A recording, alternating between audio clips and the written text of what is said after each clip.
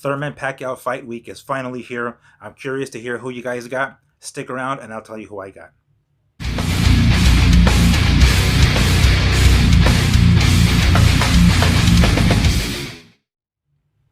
What up, guys? Fight Fiend Makes here, coming at you with a new video. Thank you so much for stopping by. Now, before I get to the topic at hand, I want to say first and foremost, my bad, guys. I know it's been a whole fucking month since I released a video. Believe me, I am in no way, shape, or form doing that intentionally. It's I'm not a pro at this. I'm an amateur, and shit gets in the way, and I haven't quite figured out how to structure this schedule and a routine where I'm able to regularly record and regularly post.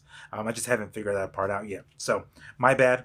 I find myself apologizing more than actually making videos. So anyway, now that I got that out of the way, I wanted to release a video because it is already fight week for Thurman Pacquiao. And I wanted to just get this video out there because it's been a while and I need to get some content out there. So there's a saying in the fight game that you're only as good as your last fight. To some extent, I agree with that, but to some other extent, or the rest of the extent, I don't. Mainly because fighters are people, and sometimes they just have a bad day at the office, and sometimes that leaks out and spills out into the ring, and we have ourselves a shitty performance, and that their most recent fight isn't enough to paint enough of a picture, basically, for me to be able to thoroughly predict this fight. So what I like to do is I like to take a look back at their three most recent fights, Manny Pacquiao being Adrian Broner, Lucas Matisse, and then Jeff Horn. For Keith Thurman, we have Josecito Lopez, Danny Garcia, and then Sean Porter. So,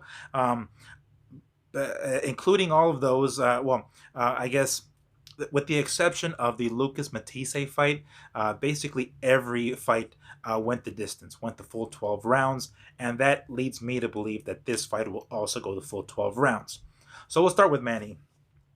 His most recent fight with Broner, we saw the old Manny, or we just saw, Adrian Broner no-show. We know Broner's, the game plan for against Broner, basically, you attack, you attack, you attack. He won't counterpunch. He will not throw any counters. Yeah, he will bob and weave. He's very elusive. He'll make you miss, for sure. He just won't throw back. So all you have to do really is just keep the pressure on him for 12 rounds, and you got yourself a decision win, which is pretty much what Manny did. Before that, he had Lucas Matisse, who pretty much showed up for the paycheck.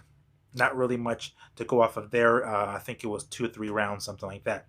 However, his fight with Jeff Horn, on the other hand, controversial decision loss.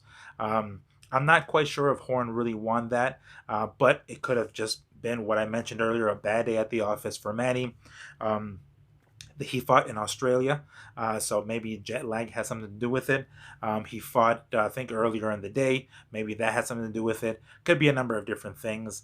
But I will say one thing. That fight was pretty telling because I want to say in the 9th, maybe the 8th round, Jeff Horn landed this 1-2 combination on Manny that stopped him dead in his fucking tracks. For a second, I was like, oh shit, is Manny stunned? And I was like, what? Jeff Horn's going to do it? Jeff Horn? What the fuck? He's going to do it? Well, ultimately he did by decision, of course, but at that moment I was like, damn, Manny doesn't look like the Manny, you know what I'm saying? He doesn't look like the Manny of old. Did he get old overnight? Who the fuck knows? So, based on those 3 fights, I don't really have a lot of confidence in Manny. Switching over to the other side, we have Keith Thurman with Josecito Lopez, Danny Garcia, and Sean Porter. Starting with, of course, Josecito Lopez, which, as we all know, I'm sure it's on everybody's mind, that 7th round. Thurman was coming off a 2-year layoff, and he specifically chose Josecito Lopez, most likely because Lopez is a natural welterweight, and because he's not known as a heavy hitter, and he's kind of a journeyman status at this point. He can take a punch and he'll give you 12 good rounds. Well, he sure as fuck gave us a lot more than that, especially in that 7th round when he stunned Thurman and had him backpedaling, had him hurt badly. It was quite the shocker. Now, that's one of the reasons why many think that Manny will actually win, and possibly by KO, because he hits harder than Josecito. Josecito was able to land on Thurman, but Pacquiao hits harder than Lopez. He's a southpaw, and he's a lot faster. So that could be something. Now, let's not forget that one time is called one time for a reason because he still has that power. In the second or third round, he dropped Josecito Lopez. He knocked him down. People tend to forget that because of that eventful seventh round, but let us not forget he still got that power.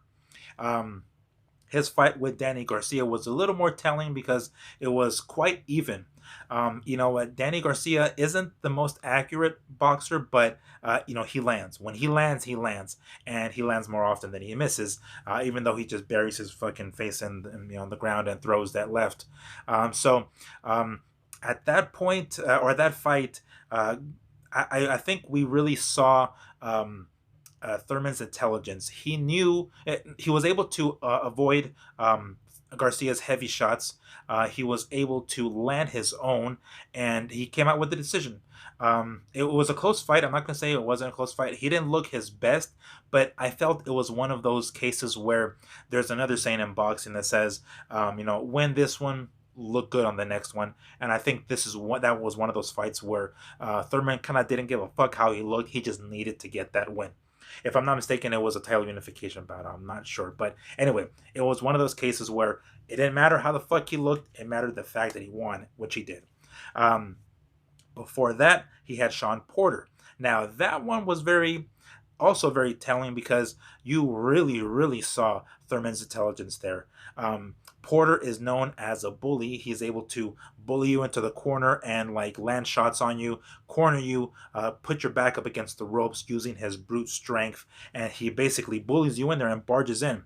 Well, Thurman was able to use his jab. He was able to keep him at bay, and he was able to land. He was able to land quite a bit, all while simultaneously avoiding Porter's shots. So that was pretty telling because looking at his fight with Thurman, and Porter, it kind of felt like he fought it seemed as though he fought two different fights and still came out with a victory. So that was telling. Manny Pacquiao honestly isn't going to get any better. We know what to expect from Manny. There isn't anything differently that we can expect from him. Thurman, however, he has fought fights a few different ways. He's still undefeated, so they've been successful. Granted, that fight with Lopez was a majority decision, but regardless, it came out with the victory. So I suspect that Thurman is going to control the perimeter of the ring while Manny is going to control the center. He's the one that's going to be doing most of the pursuing. He's going to go after Thurman. Thurman is going to fight a fight similar to how he fought Sean Porter. He's going to use his intelligence. He's going to use his power. He's going to use his jab to keep Manny Pacquiao at bay for 12 full rounds. He's going to be able to avoid, or he's going to be able to make Manny miss and basically avoid that left hand for the full 12 rounds. If Manny lands that left, it's not going to be flush. It's not going to be with the power that we know, and it's going to be as infrequent as Thurman can make it possible. I don't think that Manny's going to be able to land that left hand as often as we think. So that being said, I'm going to go with my final prediction here. It's going to be Keith Thurman by split decision. And I'm saying split because of Manny Pacquiao's popularity, I suspect that at least one of the judges is going to give him the benefit of the doubt on some of those close rounds. And because of that, I think that one of those judges is going to give him the win. So I think it's going to be a split decision. However, the other two judges, the voices of reason, I think are going to give it to Thurman. But yeah, of course, I want to say give it, because Thurman is going to earn it. He's not going to go in there, willy-nilly and just expect to win the fight. No. So yeah, that's going to be my final answer and my final prediction. It's going to be Keith Thurman. The fight's going to go the distance, and it's going to be a split decision. In closing, I want to say, guys, thank you once more for stopping by and checking out my video. I'm going to leave a link here somewhere on for one of my older videos in case you want to check it out. If you haven't already, please like, subscribe, comment, and share if possible. Specifically, comment because I'm always looking for ways to improve my channel, and of course, also converse with people.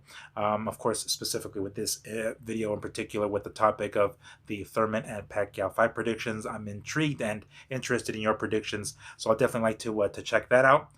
So that's pretty much it, guys. I'll try to release another video later this week.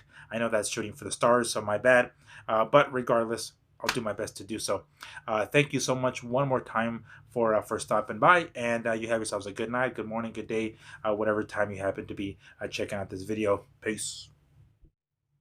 What up, guys? Fight Fiend Mix here, coming at you with a new video. Oh my gosh, I just spit on my fucking... What up, guys? Fight Fiend Mix here, coming at you with a new video. Thank you so much for stopping by. Bye. Stopping by.